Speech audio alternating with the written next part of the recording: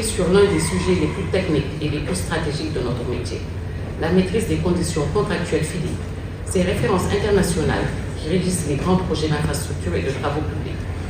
En réunissant des spécialistes venus de 11 pays africains, nous avons démontré que la passation des marchés publics n'a plus de frontières. L'Afrique construit, l'Afrique se forme, l'Afrique suit pour l'excellence. Chacun de nous a pu quand même apporter son expérience et puis sa perception par rapport à tous les modules qui ont été projetés par les formateurs et aussi l'interaction et la proactivité qui a fait l'objet aussi de faire du donnant et du recevoir. Quel qu'en soit notre niveau de perception par rapport à nos quotidiens, on est obligé de pouvoir quand même s'offrir aussi à d'autres idées qui permettent de pouvoir vraiment renforcer non seulement nos capacités, mais aussi percevoir les notions que nous pouvons tirer de ce que nous partageons avec les autres. J'espère que cette formation va être le lieu de pouvoir vraiment nous permettre de pouvoir s'approprier aussi à d'autres contrats comme celui de la Banque mondiale. Vivement la prochaine formation. Merci. Je dis toujours, la COP nourrit le corps et l'esprit. Quand on vient ici, on est bien nourri sur les deux plans. On apprend et en plus, on mange bien.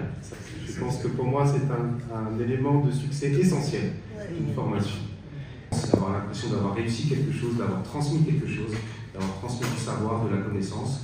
Et j'espère surtout que vous allez utiliser cette connaissance demain dans vos métiers pour avoir un impact dans les projets sur lesquels vous travaillez pour améliorer la qualité de vie de vos concitoyens dans vos pays respectifs. Il est important de retenir quand vous allez partir dans vos pays respectifs qu'il y a une discipline vraiment à cultiver pour une bonne décision, une décision en temps opportun quand vous serez en face des réalités dans la gestion de vos contrats d'infrastructure.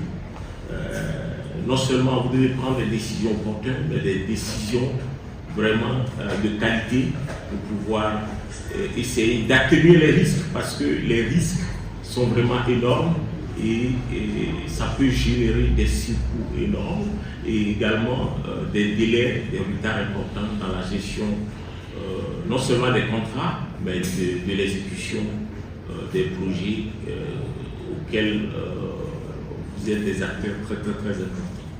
Chaque contrat FIDIC bien rédigé, bien suivi et bien exécuté, c'est un pont qui tient, un hôpital qui fonctionne, une route qui désenclave.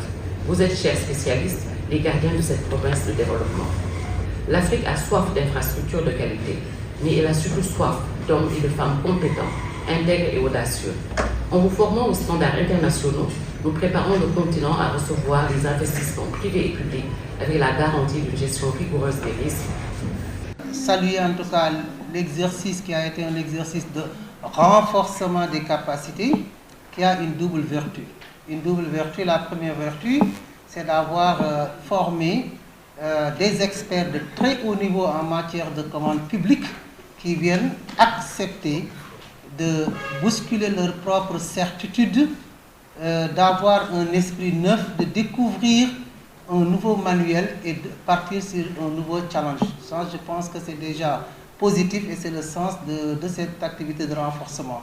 Mais surtout appeler de tous mes voeux que ça soit un déclic de recommandations pour les plus hautes autorités de la Banque mondiale et de l'ARCOP. Essayer de voir, parce que les échanges nous ont permis qu'il y avait un challenge, un défi d'articuler la compréhension du droit de la commande publique de nos pays respectifs avec le manuel FIDIC.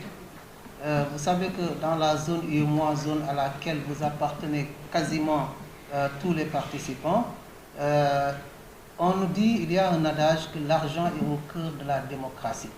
Si vous lisez bien les directives de l'UEMOA, vous verrez vraiment, je peux l'ériger en adage. C'est un principe fondamental, c'est le principe matriciel vraiment des finances publiques. Mais moi, j'allais dire à partir d'aujourd'hui que les infrastructures sont au cœur de la démocratie. Nos gouvernants ont fini de comprendre que pour stabiliser nos pays, pour rester au pouvoir de la façon la plus apaisante, vous avez besoin de satisfaire les préoccupations des citoyens. Je ne peux pas parler de l'ARCOP sans parler de la DCMP. La DCMP, la Direction centrale des marchés publics, qui est pour nous au niveau de l'ARCOP, l'assurance qualité du système. Si nous avons aujourd'hui moins de contentieux, si nous avons maîtrisé la passation des marchés publics, si nous avons aujourd'hui la MAPS professionnelle et la MAPS générale, c'est parce que derrière, il y a une administration des fonctionnaires outillés pour contrôler ces marchés a priori. Je n'oublie pas, quand on est dans la famille de la commande publique, de parler des partenariats publics-privés. J'ai un regard tourné vers l'UNAP, l'unité d'appui au partenariat public-privé. C'est le lieu pour moi de vous dire, chers amis participants de la sous-région, quand je fais ce tour d'horizon, c'est une invitation qui est faite pour que, dans vos pays respectifs, les ARMP, les ARCOP, les DCMP doivent travailler ensemble. C'est dans le collectif que se trouve la performance. C'est dans le collectif que se trouve le renforcement des capacités. C'est dans le collectif que se trouve le développement durable et le développement inclusif. C'est le lieu pour moi aujourd'hui, encore une fois, de dire que la formation, au-delà de l'acquisition des connaissances et des compétences, c'est le lieu de partage des compétences pour nous permettre d'avancer. Et il faut mettre l'accent aujourd'hui sur la dimension éthique. La dimension éthique est aujourd'hui centrale dans nos pays. Les infrastructures, si on les mobilise, c'est au-delà des procédures pays, des procédures bailleurs, des procédures FEDIC, c'est mettre en avant la dimension intégrité. Et c'est cette dimension intégrité qui nous permet de servir nos populations.